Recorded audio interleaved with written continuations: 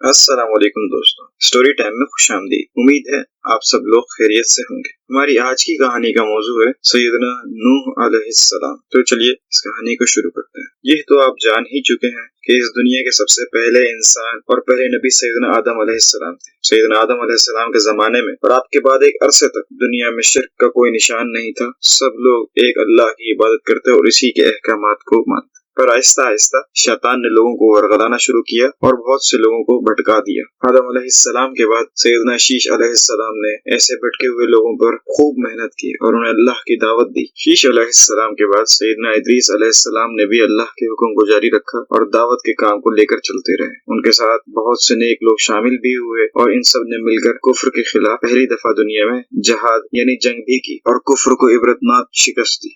سیدنا آدم کی اولاد نے 5 بزرگ بہت ہی نیک گزرے۔ ان کے نام ہیں ود، سواع، یعوس، یعوق اور نصر۔ جب یہ فوت ہوئے تو لوگوں پر غم طاری ہو گیا۔ وہ ان کی قبروں کے پاس بیٹھے روتے پیٹتے اور انہیں یاد کرتے۔ شیطان نے موقع غنیمت جانا اور وہ ان لوگوں کے پاس گیا اور کہنے لگا، تم ان بزرگوں کی یادگار قائم کر لو، وہ ہر وقت تمہارے سامنے رہے گی۔ ان لوگوں نے اس تجویز کو پسند کیا۔ شیطان نے ان بزرگوں کی تصاویر بنا کر ان کے سامنے رکھی۔ وہ لوگ ان کے پاس جمع ہونے لگے اور خوش ہونے لگے۔ اب ابلیس نے دوسری چال چلی، کہنے لگا، تمہیں دور سے آنا پڑتا ہے، میں تمہیں بہت سی تصاویر دے دیتا ہوں، تم ان کو اپنے گھروں میں یادگار کے طور پہ رکھ لو۔ یہ بات انہیں اور زیادہ پسند آئی۔ اب اس نسل تک تو معاملہ یوں ہی رہا، لیکن اگلی پشت نے ان تصاویر کی پوجا شروع کر، پھر ان تصاویر کی جگہ ان بزرگوں کے بتوں نے لے لی۔ یہ بات بھی انہیں شیطان نے بتائی۔ اس طرح دنیا میں بتوں کی عبادت شروع ہو گئی۔ ان لوگوں نے اللہ کو چھوڑ کر جب بتوں کی عبادت شروع کر دی تو اللہ تعالیٰ نے ان کی ہدایت کے لیے سیدنا نوح علیہ السلام کو نبی بنا کر بھیجا۔ سیدنا نوح علیہ السلام سیدنا ادریس علیہ السلام کی نسل سے ہیں۔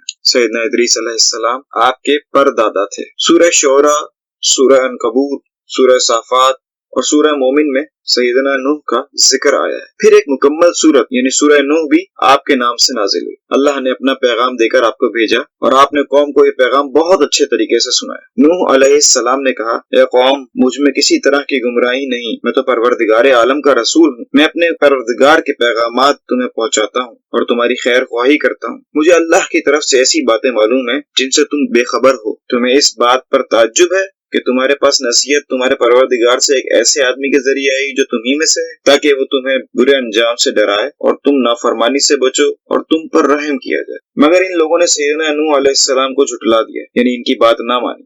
آپ نے انہیں دن کو بھی تبلیغ کی اور رات کو بھی تبلیغ کی، تنہائی میں بھی اور اعلانیہ بھی، لیکن کوئی طریقہ کارگر ثابت نہ ہوا، یہاں تک کہ آپ کو اور آپ پر ایمان لانے والوں کو برا بھلا کہنے لگے، شہید کرنے یا جلا وطن کر دینے کی دھمکیاں دینے لگے، ان کی بے عزتی کرتے اور زیادہ سے زیادہ تکلیف پہنچاتے، اور سیدنا نوح علیہ السلام کو یہاں تک کہہ دیا کہ ہمارے خیال میں تو واضح گمراہی میں مبتلا ہے۔ تو ان تمام زیادتیوں کے باوجود سیدنا نوح علیہ السلام انہیں نرمی سے سمجھاتے رہے۔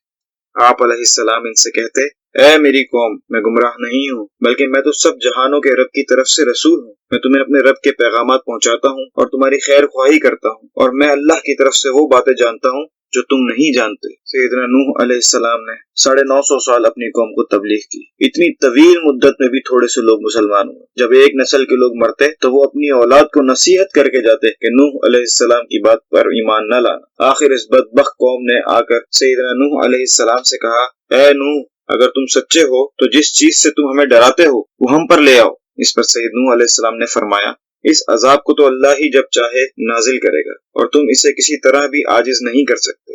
آپ نے قوم کو دن رات تبلیغ کی، انت تک محنت کی، مگر 950 سال کی بے مثال کوششوں کے باوجود قوم نے ایمان کی دولت قبول نہ کی، الٹا ان سے عذاب کا مطالبہ کرنے لگے۔ آخر کار اللہ تعالیٰ نے سیدنا نوح علیہ السلام کی طرف وحی کی، تمہاری قوم میں جتنے لوگ ایمان لا چکے ہیں ان کے علاوہ اور کوئی ایمان نہیں لائے گا، اس لیے وہ جو کام یہ کر رہے ہیں آپ اس کی وجہ سے غم نہ کریں۔